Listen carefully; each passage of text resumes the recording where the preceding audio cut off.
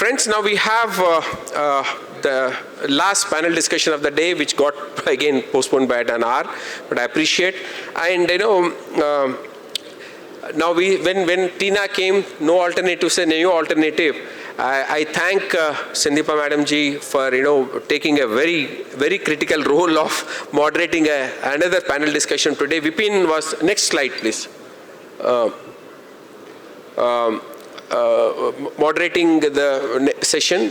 Vipin Saini, CEO of Basai, was to coordinate on this, but he had to stay back for some critical, for the benefit of industry in Delhi. So, Madam Ji, you need to pardon me. You will still find Vipin's face. Please come and take. Beta, ek chair aur dena, Saif. Then I invite Dr. Anjesh Ji to please come and take the dais. Mohan will join in a minute. Manoj Ji, please come. And Dr. John Peter, are you okay? Yes. Dr. John Peter incidentally has got a very severe cold and cough, and in spite of that he has made it. In his place, we invite Dr. Desai, another doyen in the industry who has done a great job in this business. So Dr. Desai, please come. You can take the place of Dr. John. Yeah, madam, please come.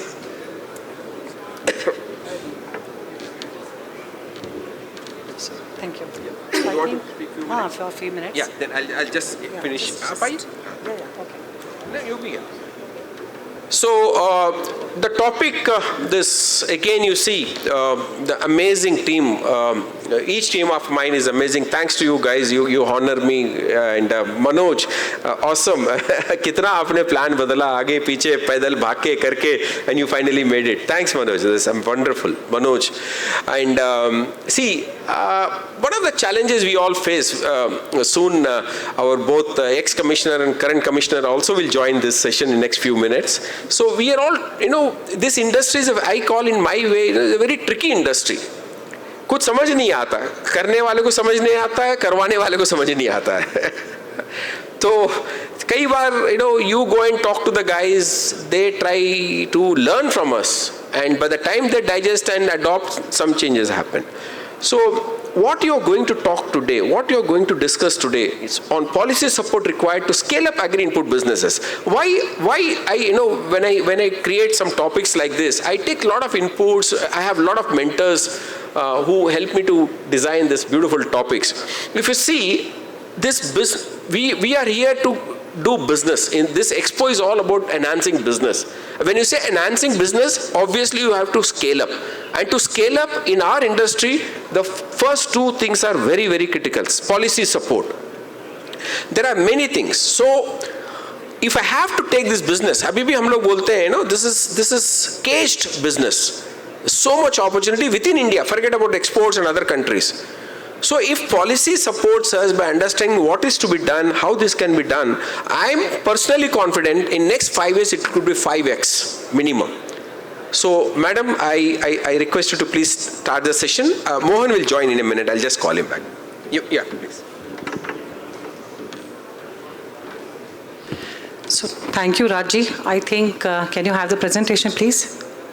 So just to kickstart the panel discussion, I have few points in front of you all.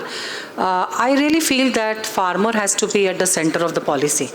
Whenever any policy is drafted, it is usually for the farmers, but then, as Babu said right now, something happens between the policy and the execution, and then we really do not end up with the same results as the policy was intending to be.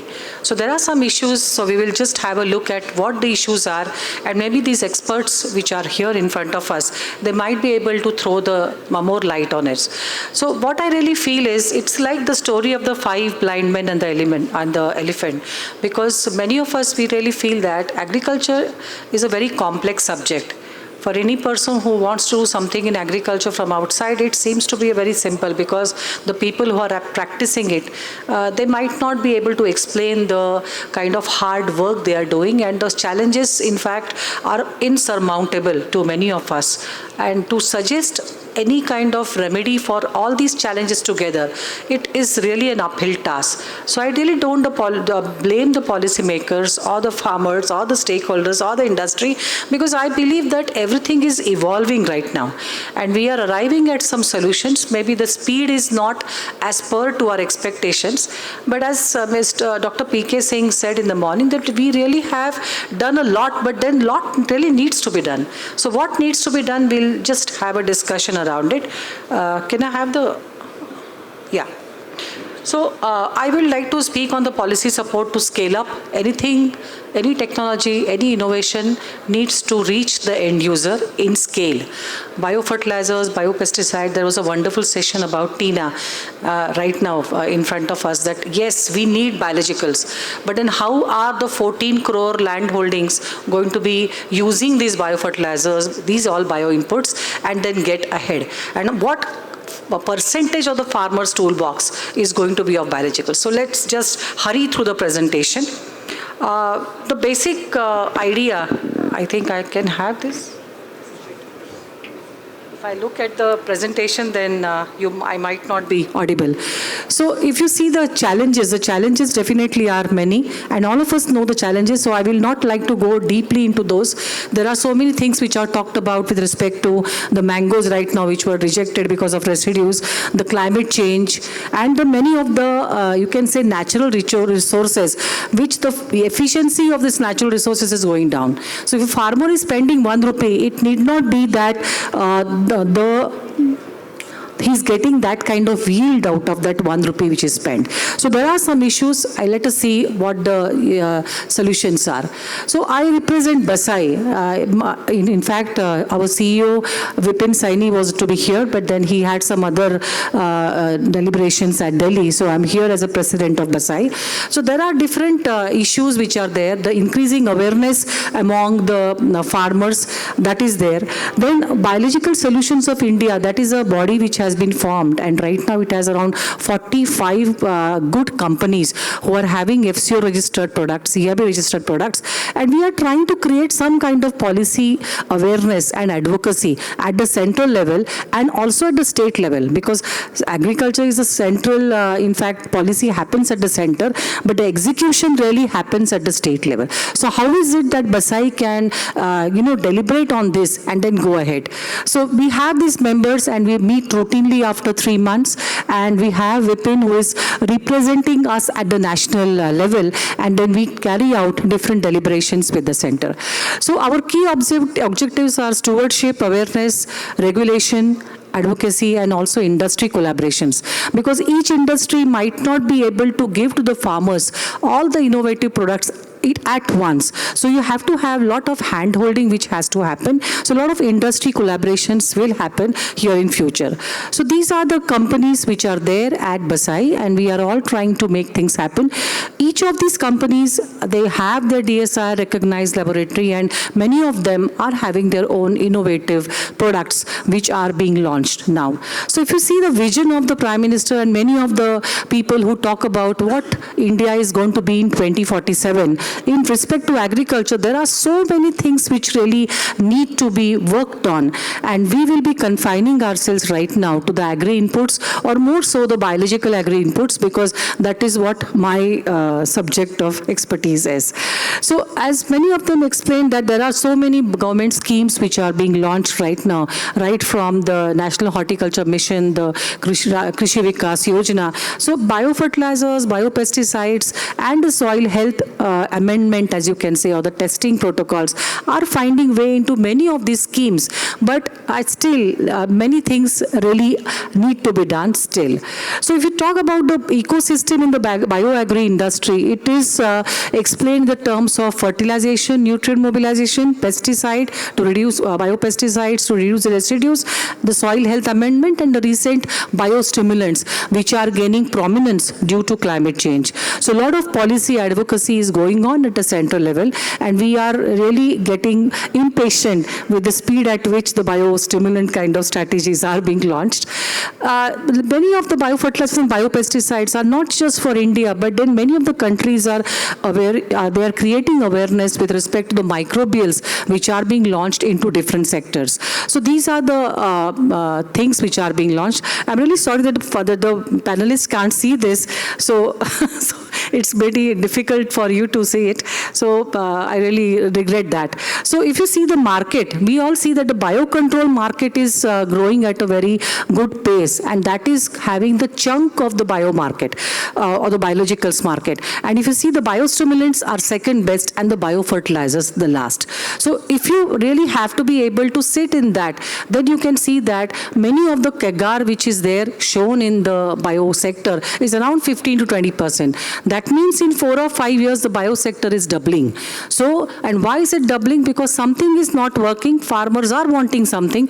So what is it that can be done to extrapolate it to the extent which is desired? So right now the biostimulant market in India, there are so many companies, almost hundreds of companies who are trying to give biostimulants, but still the biostimulant market in India is just 5.3% of the total global biostimulant market. So we need many more good companies who really will come out. And out of those biostimulants, there's a Dunham Trimmer report which shows that most of the things are concentrated on humic acid, fulvic acids, protein hydrolysate, and the other part which is there, surely it is increasing, but not to the extent what we want with respect to the other moieties which are gaining prominence. So these other moieties also will be the topic of innovation in the biostimulant sector in the years to come.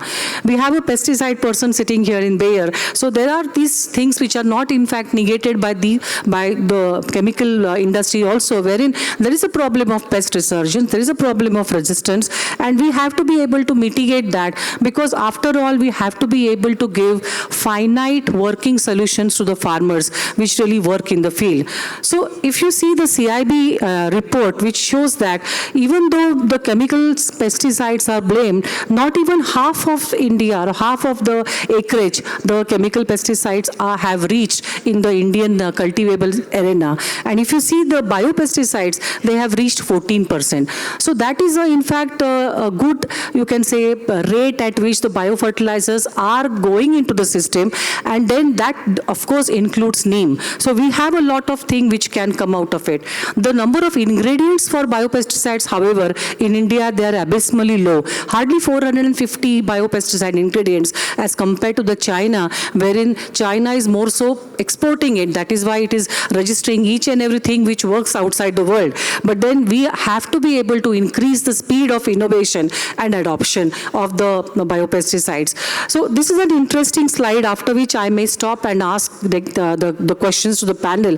Wherein my company, we conducted a research to understand what part of the toolbox of the farmer when he's working on grapes or pomegranate, or when he's working on rice, cotton, what is the percentage of bioproducts which is being used by the farmers. So we saw that the percentage was roughly between 5 to 30% at times. And that really gave us an indication as to where to position the bioproducts, maybe in the pre-harvest interval, maybe in the inter-IPM measures to reduce the residues, maybe to increase the fertilizer use efficiency with respect to the organic fertilizers. So what is it that can be done so that what can be achieved? So we believe that in the years to come, this is how the farmer's toolbox will look like.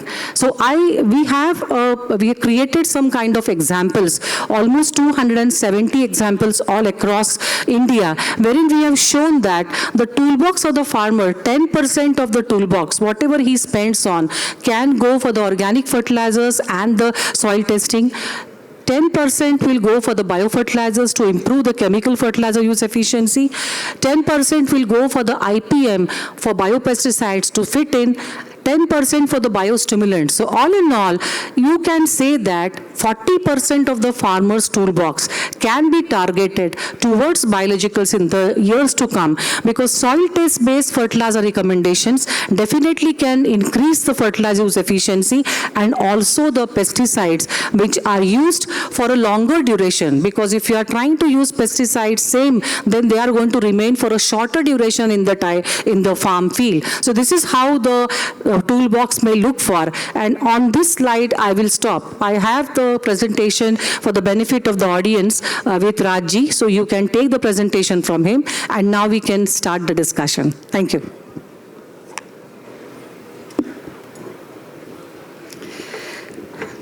So we have here Mr. Babu, who is looking after, just a minute, Singapore, Sri Lanka, and Bangladesh, I believe. So India, Sri Lanka, yeah, sorry. So my thing is not working.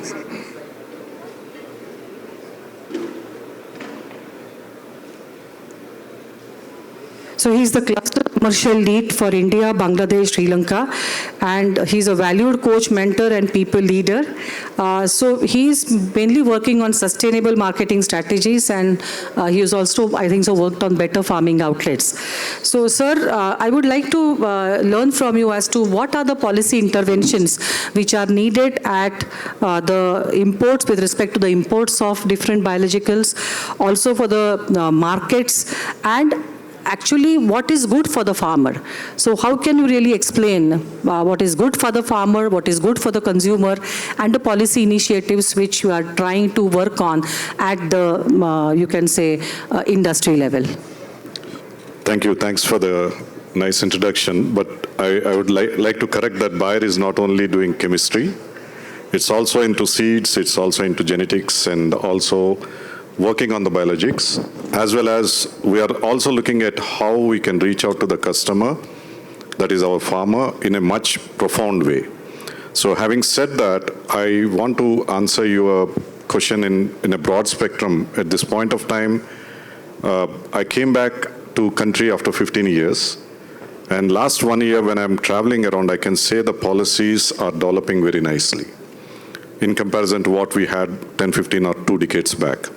I think it's effort of government as well as effort of the industry, and also some of organizations like FICCI, you can say CropLife India, or other associations also, to give the path forward. So I see agriculture as a entrepreneurship. It should not be seen as I have taken it from my father, or my father has taken it from my grandfather kind of thing. It has to be seen as an industry, and it has to be seen through entrepreneurial eyes. And that's the vision that is coming up in the younger generation of the farmers, and they're demanding the best of the solutions. It is not the policy itself is driving. Of course, Indian agriculture is driven by technologies as well as policy at this point of time. But we are not yet there where we were supposed to be. So first and foremost that I see, India is one of the countries which has 4 seasons. Very rarely you have it across the globe if you look at it. And we call it as farm to fork. We need to develop a holistic policy to improve upon this farm to fork kind of thing. What I mean by farm to fork is, especially when you look at horticulture crops, there's an immense potential for India to be hub of horticulture crops. It is happening. Today, if you look at it, it is really happening.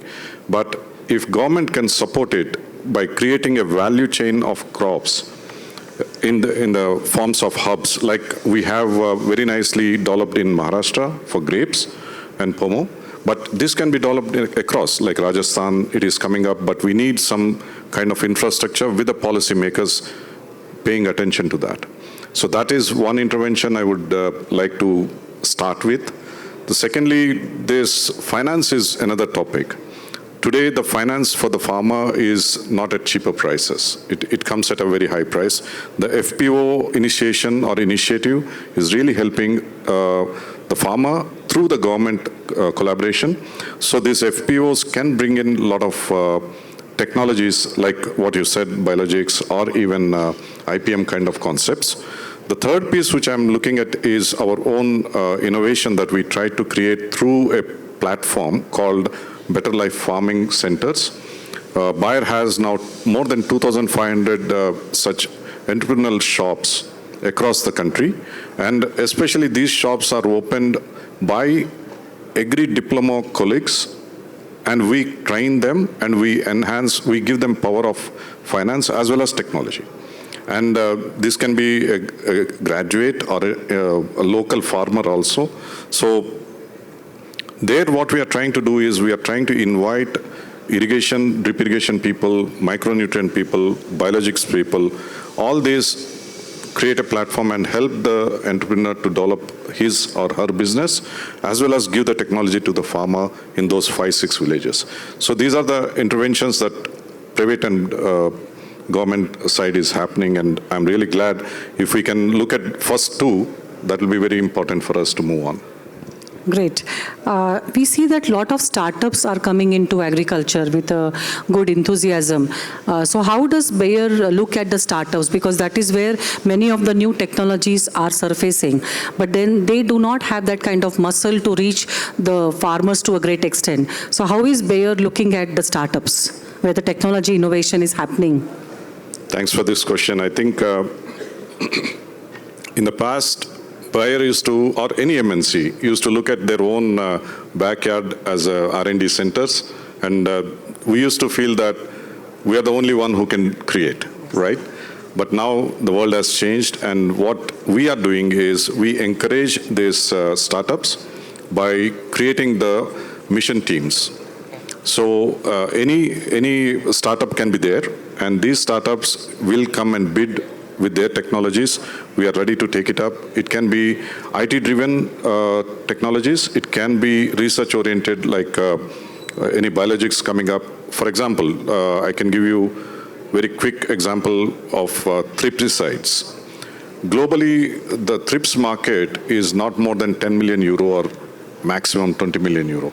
So none of the chemical industry or MNCs are interested to put that $10 billion behind a thrips site. Now, who can do it? Some of the biologic startups are doing it. Very nicely they are doing.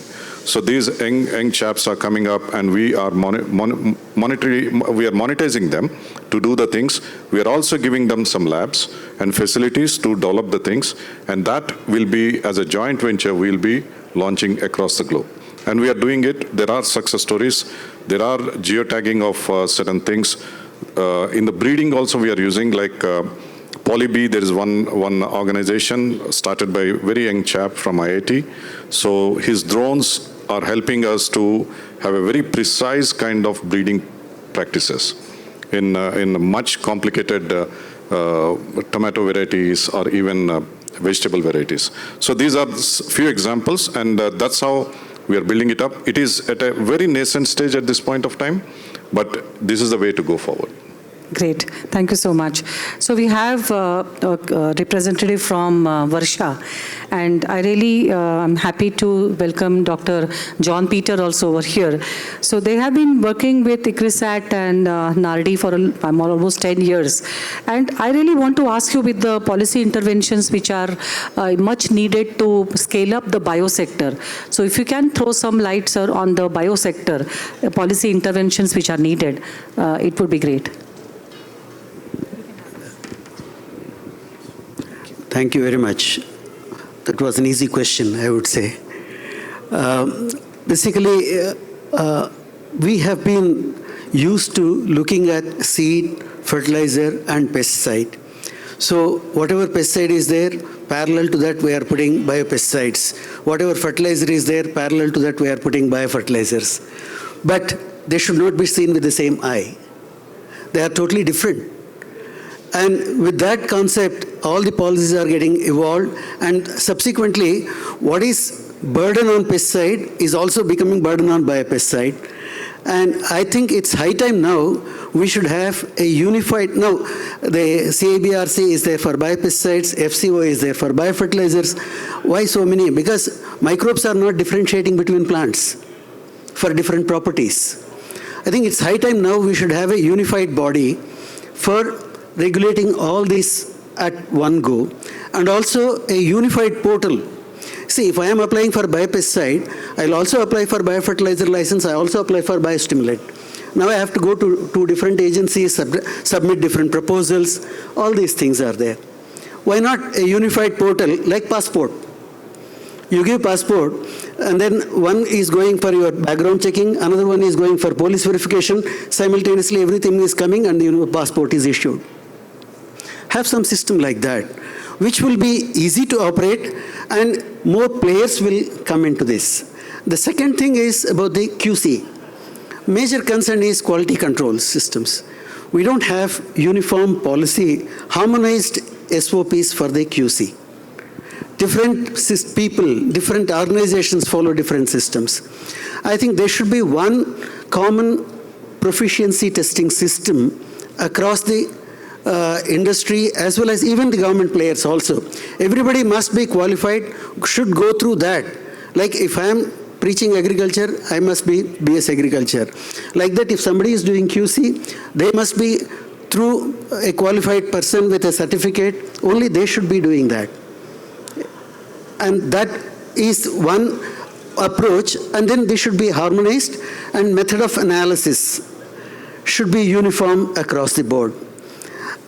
Just one example I'll tell you. We were just looking at Bacillus thyaxinans. There is a medium. One medium says it's 2.2 to 3 pH. Another medium, DSMZ medium, says it's 4.3 pH. If I prepare at both the systems, medium, it doesn't gel. Because agar cannot gel at that pH.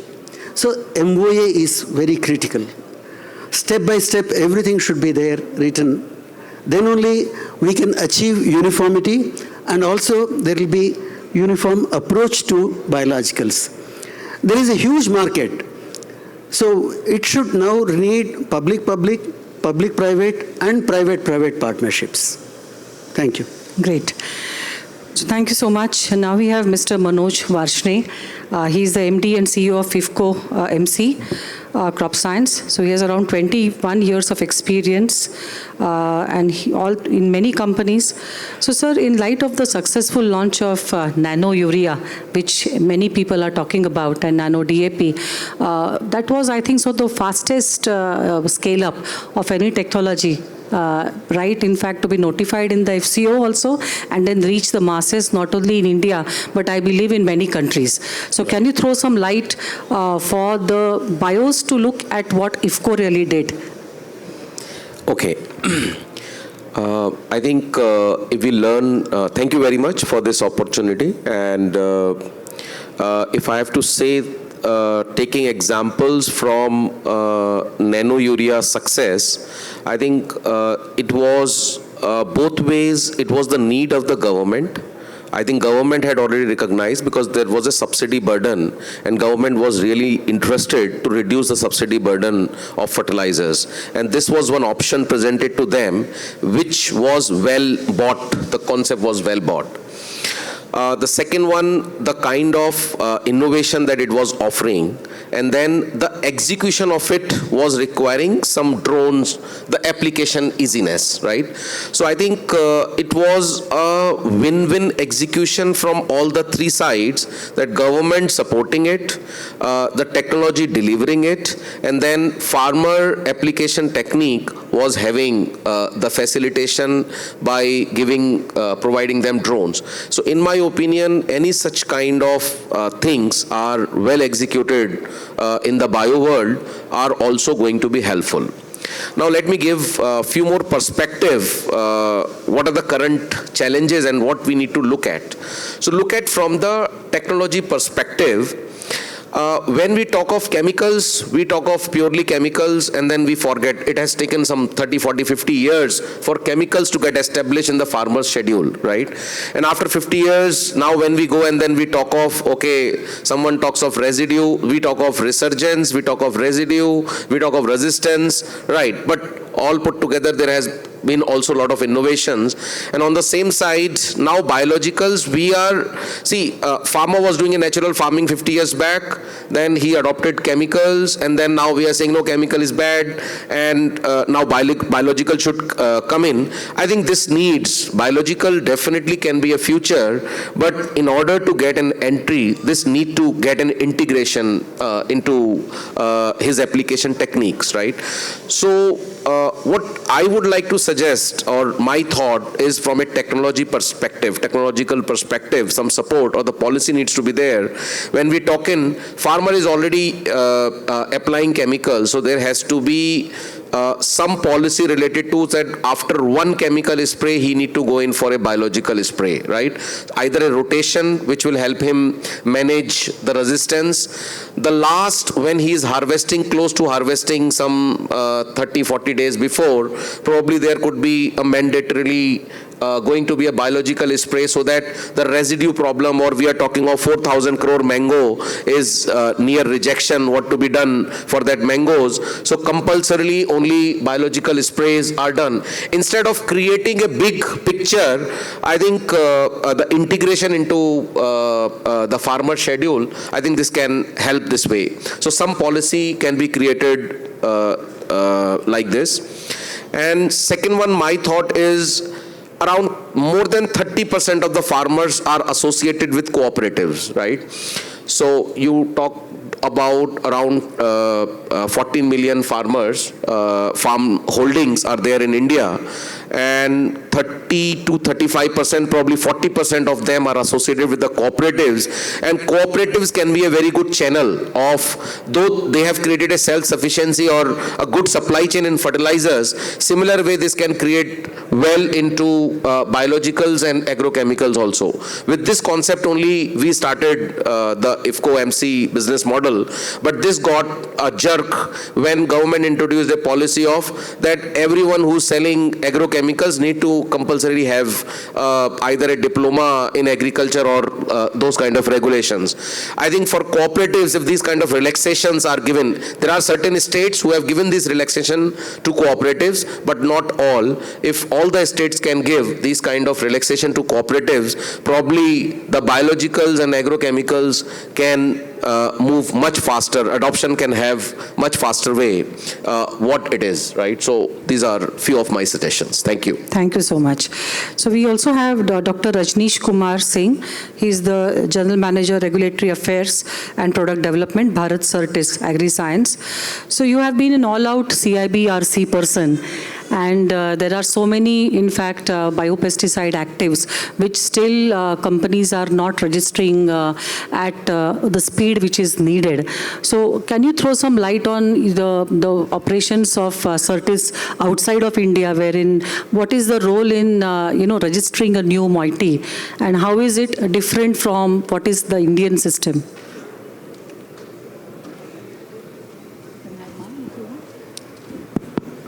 Yeah, hello. So thank you, Sandeepa ma'am, for this question. So what is your question to comparing the process of registration for biologicals in India? And so let me introduce myself. I'm working with Bharat Certis, and Bharat Certis is a group company of Mitsui and Company Limited, our headquarters based in Tokyo. And we have a different agrochemical section. So Bharat Certis is having, Mitsui is having the Certis biological in US. And India, the registration of biologicals come under 93B, where you have to get the registration and then you have to subsequent validity. So recently the policy has been changed, so you cannot get the extension up to more than three times. So you have to submit all the data and get the registration for your 93B project to 93, because what relaxation the CIB and RC or government of India has given to just promote the biologicals in Indian condition. So they have given the provisional registration or 93B registration to use the biologicals in the paint, and given this validity for 3 years or next to 5 years, but they have limited to 3 years.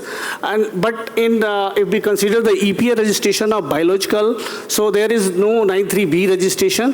When you are coming with the complete set of data as per their requirement, as per their guideline, then you have to obtain or grant the registration. In India, it is not there, but thanks to policymaker, now they make the policy. So now who is the genuine players who want to make their biologicals in the future business, they are come up with their data and get the final 9(3) registration for their biologicals. Yeah, so let me rephrase the question. Yeah. So there are a lot of the adoption or speed of adoption of biologics in Brazil is increasing at an faster rate, and Brazilian farmers are wanting to work not only with biopesticides but also with biofertilizers and biostimulants. In fact, the awareness is much more. So can you throw some light on it as to what is the difference between farmers of India and farmers of Brazil, only with respect to economy of scale of operations or the mindset? See, that is my understanding, maybe I am wrong.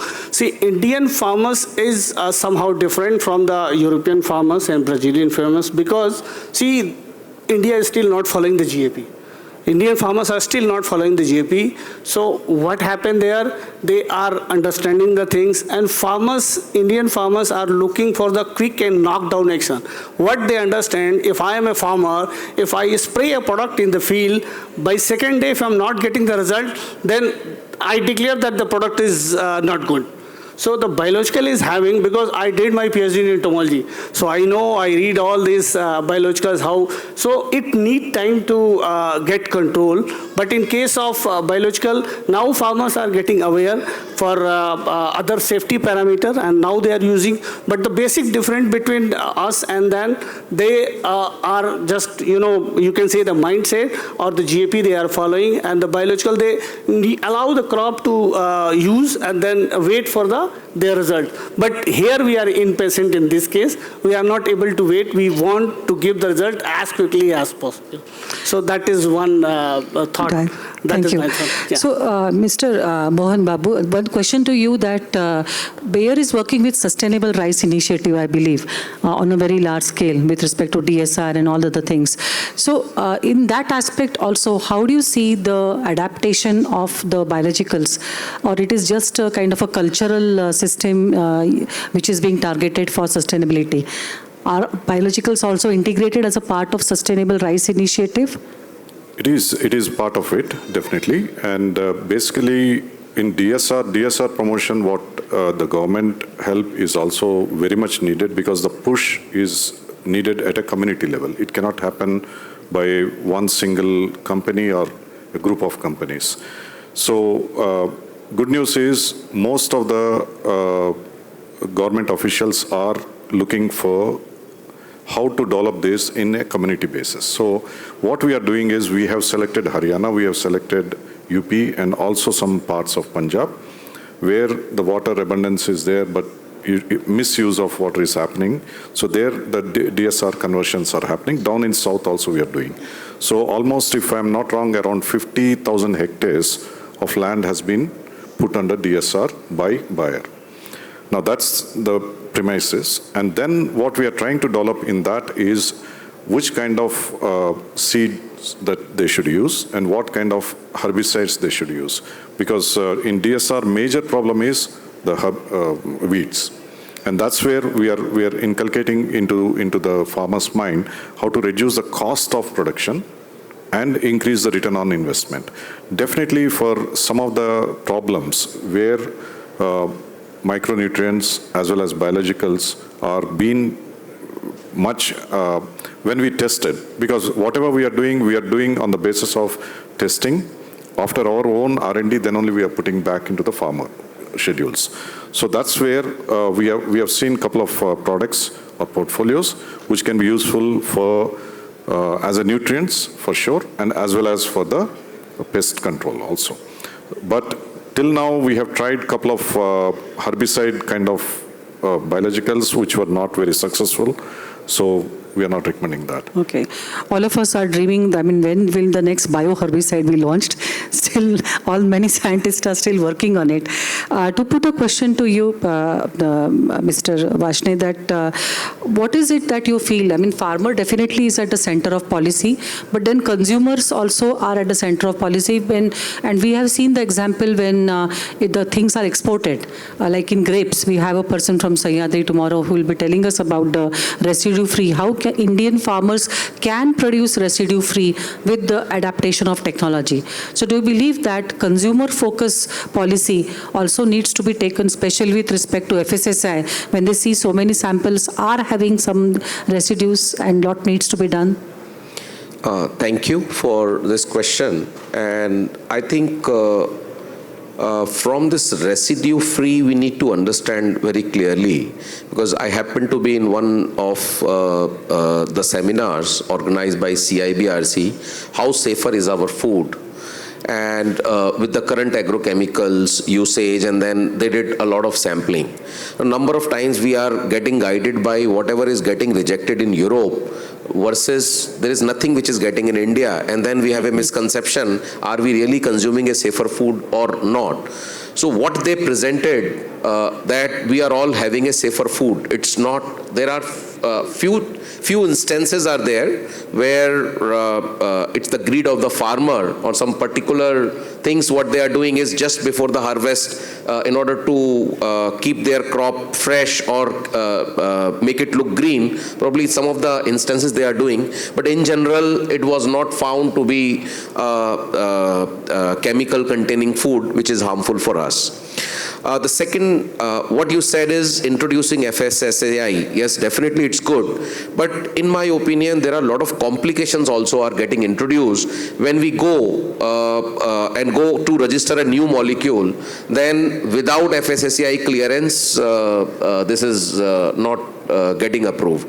And then when SSAI is giving in the first instance, they are not able to fix the MRLs. Now if MRLs are not getting fixed, the registrations are getting delayed, and I think industry is suffering a lot because of this. So whatever is done, keeping consumer in mind, but it has to be keeping business or the industry also in mind, that industry also should not suffer, right? So whatever industry is serving, industry is working a lot to protect the crop from the harmful effects of either microbes or the insects or whatever. So in my opinion, it should not complicate the situation. That's what I would like to suggest.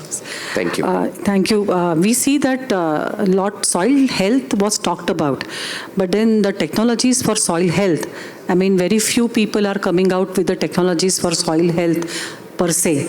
So what do you believe the fertilizer companies have to contribute towards it with respect to soil health? Because when soil health is talked about, there is a program of Swachh Bharat wherein organic fertilizers are dumped on the farmers or the dealers' counter, and there is a lot of linking which happens. But then nothing per se comes out. So I was really wondering as to why is the government, when it reduced from 50 kgs to 45 kgs, why aren't they using 10 kilograms of organic matter more and some microbials with it, so that each bag of urea is accompanied by that? So what is stopping the government from doing this? In my opinion, I think the thought is good, really. But only thing is they'll have to stabilize, give that recipe to the industry. Industry will have to create it. Again, it's going to be a long cycle. So somewhere a mid solution needs to be found out. And I think these kind of innovations will always be welcomed by industry if it is facilitating the industry rather than complicating it for the industry. That's what. Yeah, thank you so much. So I will just pose a common question to all of you, that behind me you see the pie chart. I think it's gone now, that we believe that the farmer's toolbox, if at all it is 40% of it goes to soil health and all the bios, the farmer would be able to produce the more out of less with respect to whatever his yields are right now, because India is not in fact galloping hard on the yield quotient, and there is a lot of headroom for us, our farmers, to increase the yield. So my question is that, do you really see that happening in the next maybe 5 or 7 years? You can start with it, and then we can end the session with some of the questions from the audience. See, soil health is a very complex phenomenon.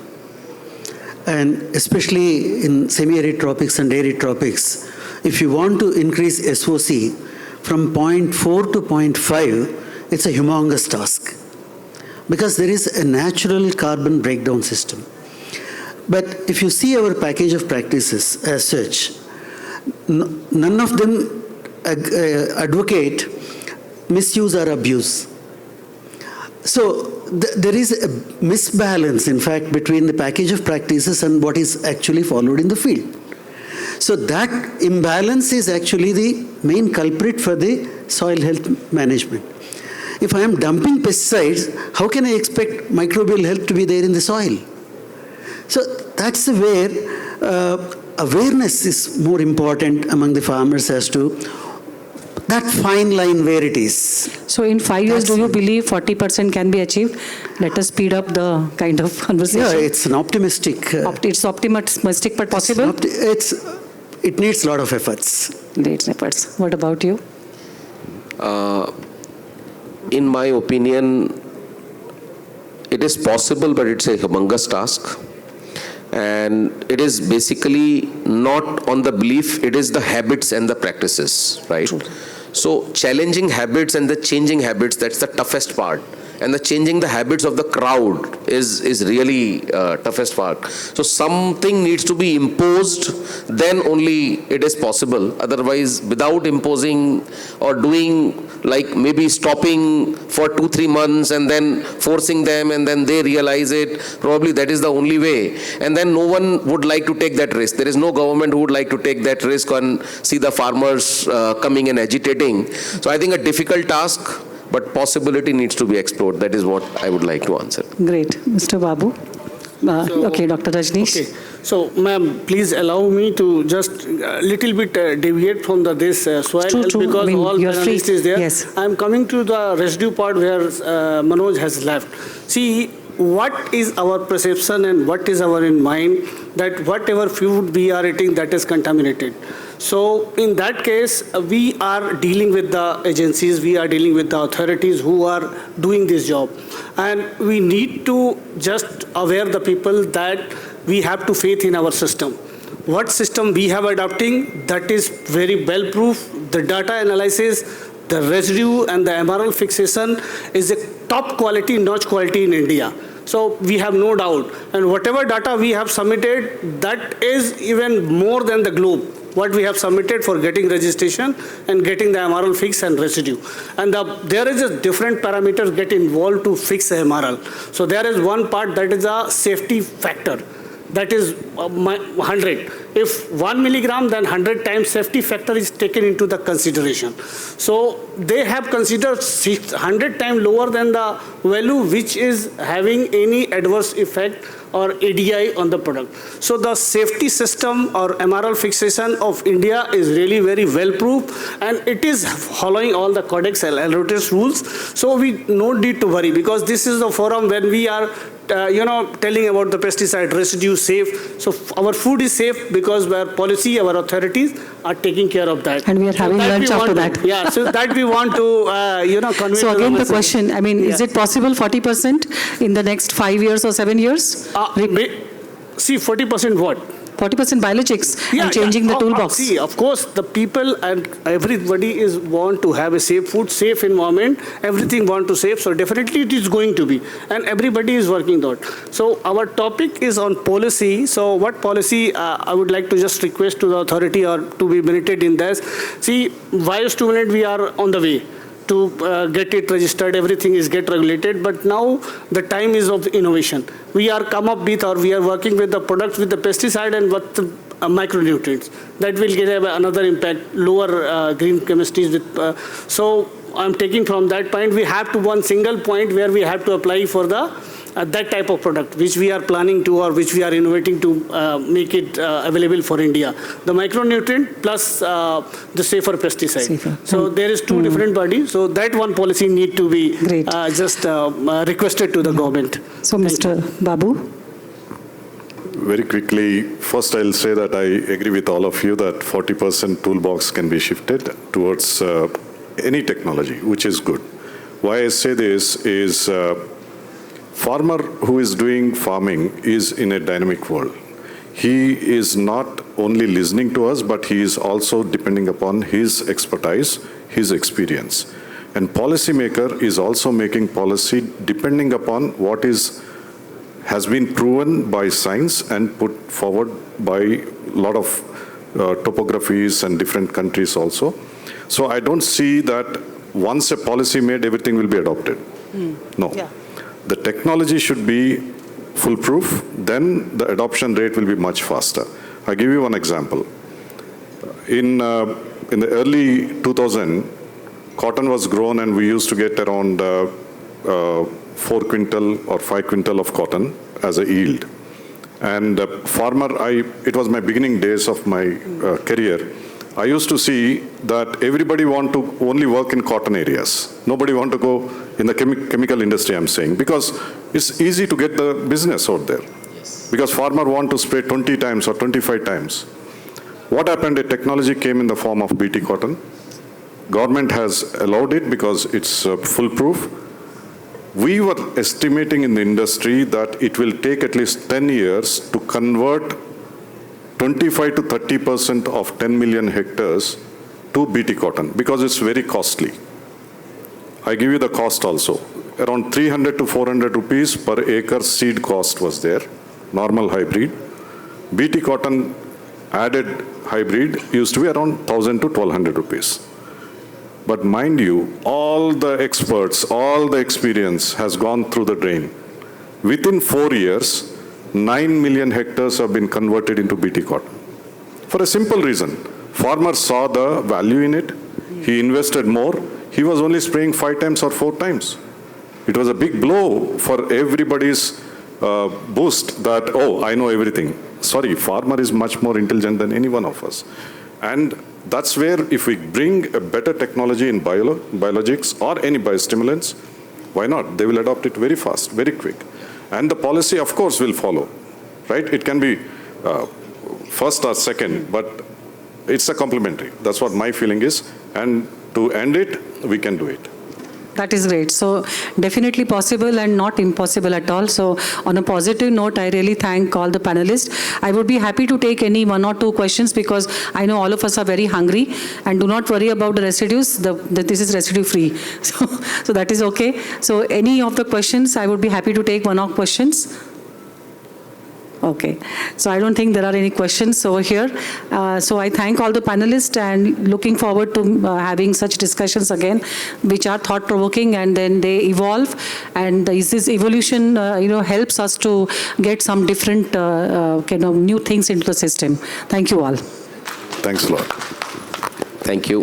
I think the policy has gone beyond policy. I think what we started this morning, Mohan, you missed, was that we all spoke about farmers. I think now we are talking policy totally towards farmers thing. And I really like when you said it's fact. In fact, that is a time we all felt कि ये तो cotton industry में अगर BT आ जाएगा तो industry बंद हो जाएगा करके. बड़ा दिक्कत का time था उस time पे. And another example, like I remember in '82 when color TV was launched. Asiad में Indira Gandhi launched it and they said नहीं कलर टीवी कौन खरीदेगा 6 महीने में सबके घर में कलर टीवी था. Same is the mobiles, and I think you're right. I think this is one beautiful takeaway for me, probably through them, this industry, on biostimulants. I think if your product performs, you have innovation, you have research, you're offering a solution what farmer is looking for, I think the things will fall in place. Brilliant. And thanks, madam, for super energy you have with such a beautiful smile. Thank you. You immediately accepted my request to. Yes, please come.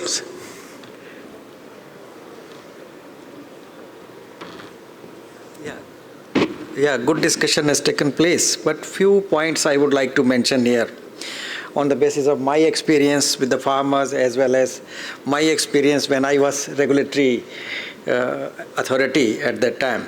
So few points which I have noted. One is microbials, so many microbials are there, but nobody is now thinking about the macrobials. So macrobials are also needed, only few countable persons are doing, countable industry people are doing this business. So we need to come forward for the macrobials registration also. Another is label claim extension for minor crops.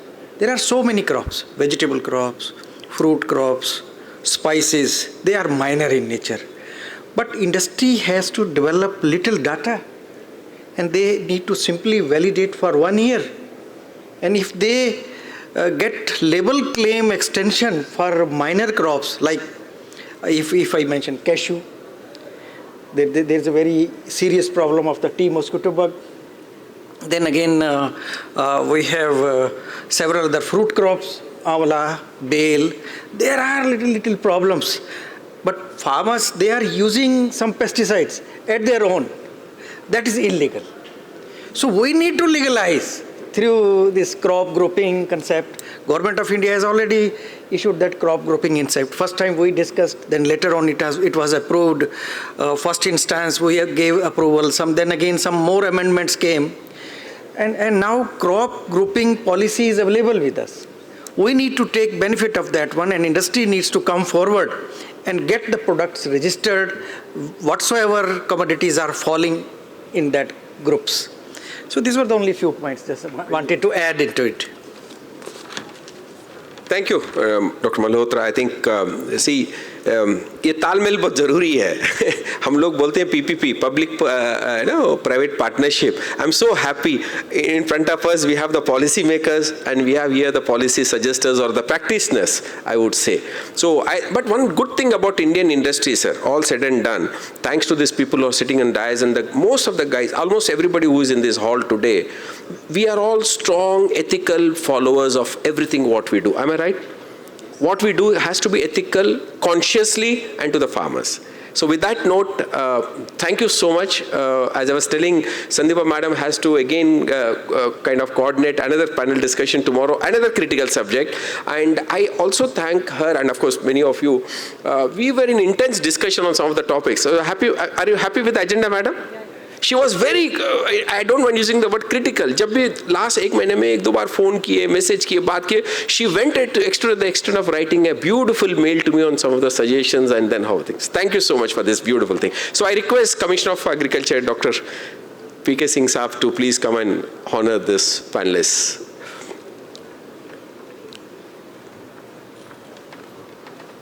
So, oh my God. So, ladies first.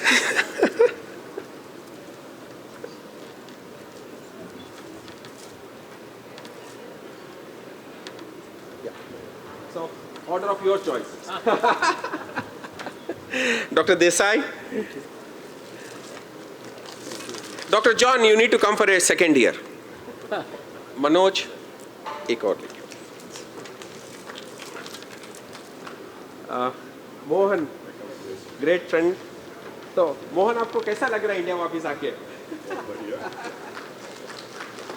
I was telling this morning about DC Krishna. Same thing happened to Mohan. वो कंधे पे कंधा करके वो बाहर को miracle में connect कर रहा है वो. Ranjesh ji, come doctor. Thanks Dr. Desai for doing a better job than Dr. John Peter. I have a thing to Dr. John Peter. Yes. Incidentally, he's got very severe cold and thing. So,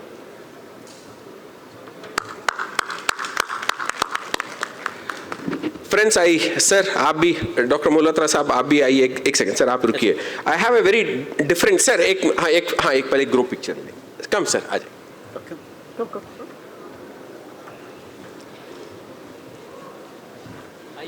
मैं आ रहा हूँ. आप आइए sir. आप आइए बीच में, please बीच में.